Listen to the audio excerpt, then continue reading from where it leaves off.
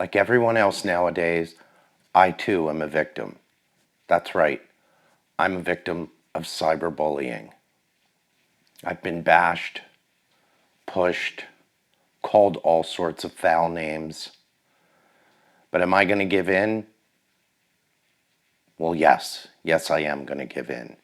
I finally bought a track saw.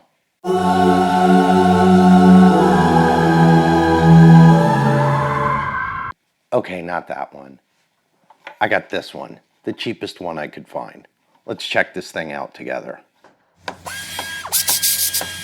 Here it is, in all its black and orange glory, the Wen CT1065 track saw. It's got all kind of buttons and levers and things you can flip around.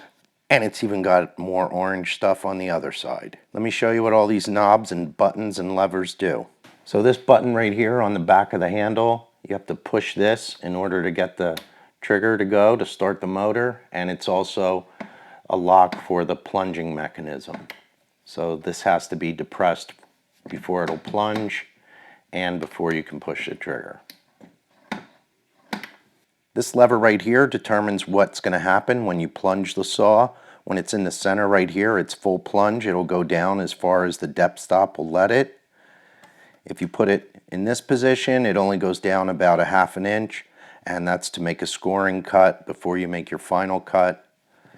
And if you put it up in this position here, that's for locking it halfway so you can change the blade easily. This button right here, you push this down to lock the motor so you can easily change the blade. There's a knob right here in the front that you can loosen, and that'll adjust the angle so you can do bevel cuts and then tighten it up once you reach the angle that you want. And there's also a knob in the back you can tighten up after you've adjusted the bevel angle you want. This knob right here you loosen up to adjust your depth of cut.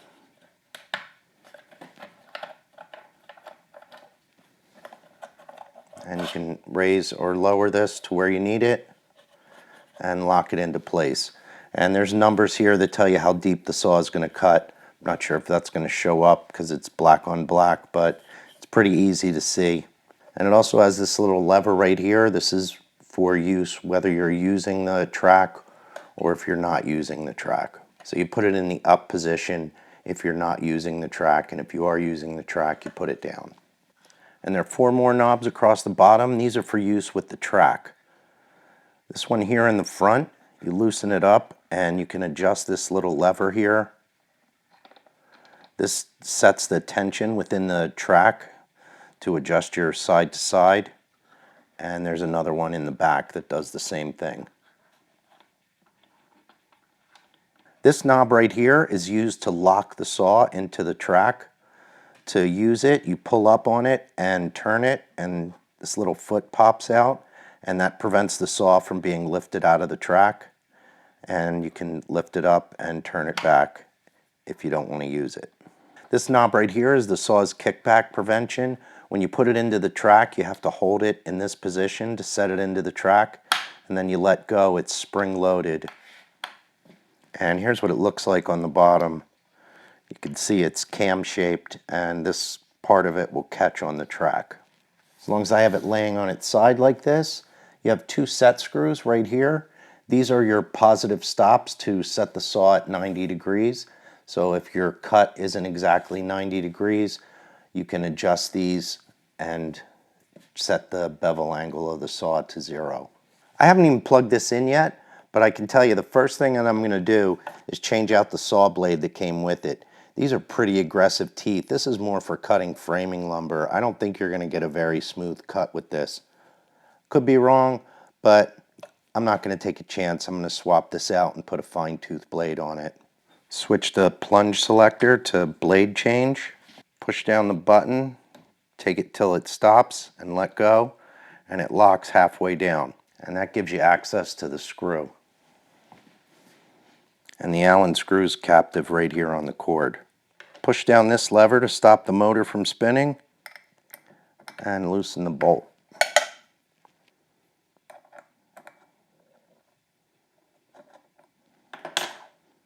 And this is lefty-loosey.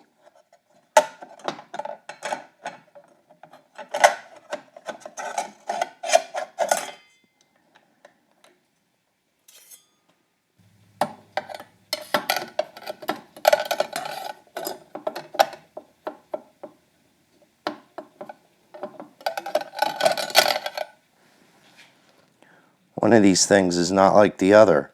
I guess this saw doesn't like a 5/8 hole. So this is a blade for a regular circular saw, although a small one. It's 5/8. And this is the one that came with the saw, and it's 25-30 seconds, or looks like 20 millimeter.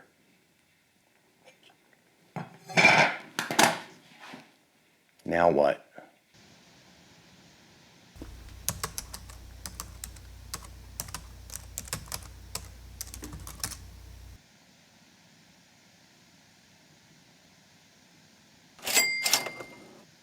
This is the blade that came with the saw. It has 24 teeth, and this is the one that I just bought. It has 56 teeth, and they both have the 20 millimeter arbor hole.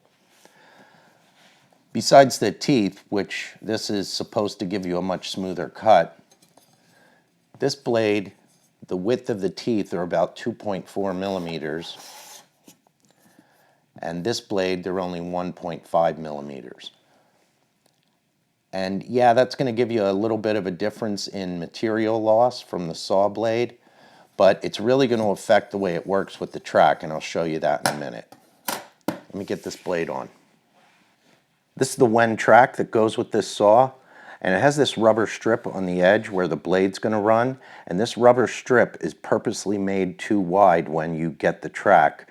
The first time you use the saw, it's going to cut into this track. When I lower the blade down, you can see that the teeth hit this rubber strip here. And this rubber strip serves two purposes. First is it prevents chip out, and it also lets you know exactly where the blade's going to cut. So I couldn't use the track with the blade that came with it because the blade that I'm going to be using is thinner. So I waited until I got the thinner blade. You don't want to be switching blades out if they're different thicknesses. One more thing you want to do before you use the saw is adjust the play in the track. You can see here that it moves side to side a little bit, and remember that's what this lever here is for, so you want to move this black lever until it's snug and you don't have any side to side play. Don't push it too far and make it tight where it's hard to move the saw.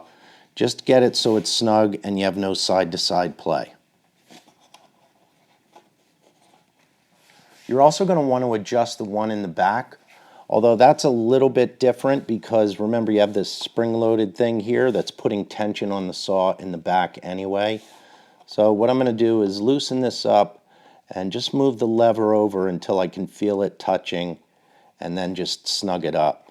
But the kickback prevention device is giving me plenty of tension in the back to keep the saw from sliding side to side.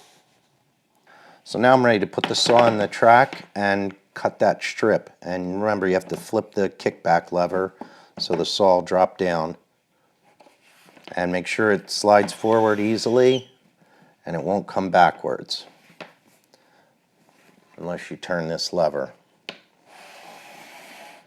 So I have the track so it's hanging off the edge of this piece of plywood. And I'm going to use the clamps that came with the track. They slide in here.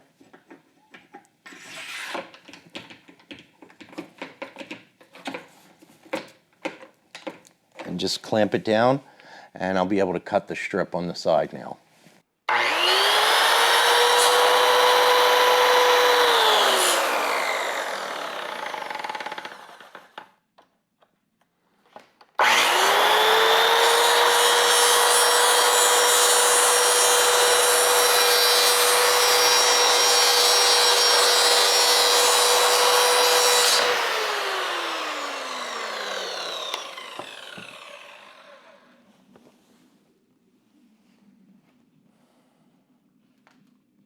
Guess I should have hooked the vacuum up.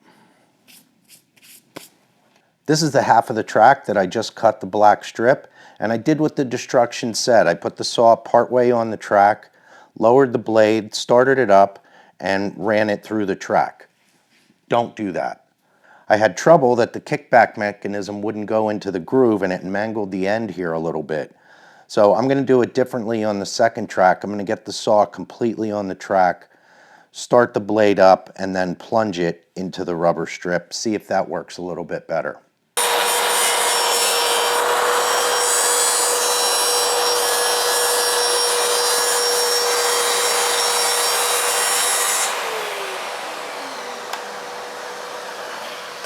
Cutting the strip with the saw all the way on the track was definitely much easier to do, and it was more accurate than trying to start the saw halfway on the track, so I recommend you do it that way. I'm ready to try my first cut with this, and I took the track and I set it on my marks on either side of this piece of plywood, and I'm going to try the scoring cut first just to see what it does.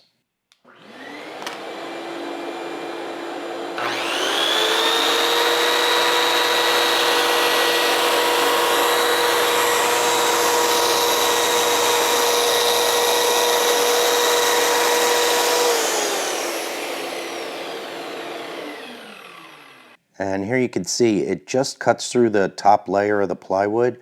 It's supposed to give you a smoother cut if you do a scoring cut first and then do a full plunge cut. Now let's try cutting at the full depth. I have it set to just over 3/4 of an inch, so let's try it.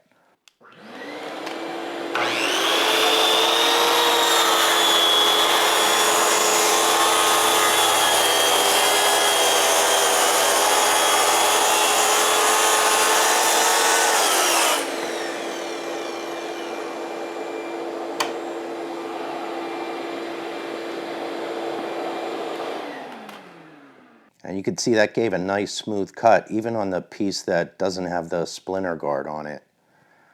Dust collection, not so great. Now I'm going to try a plunge cut without doing a scoring cut first, see if it makes any difference.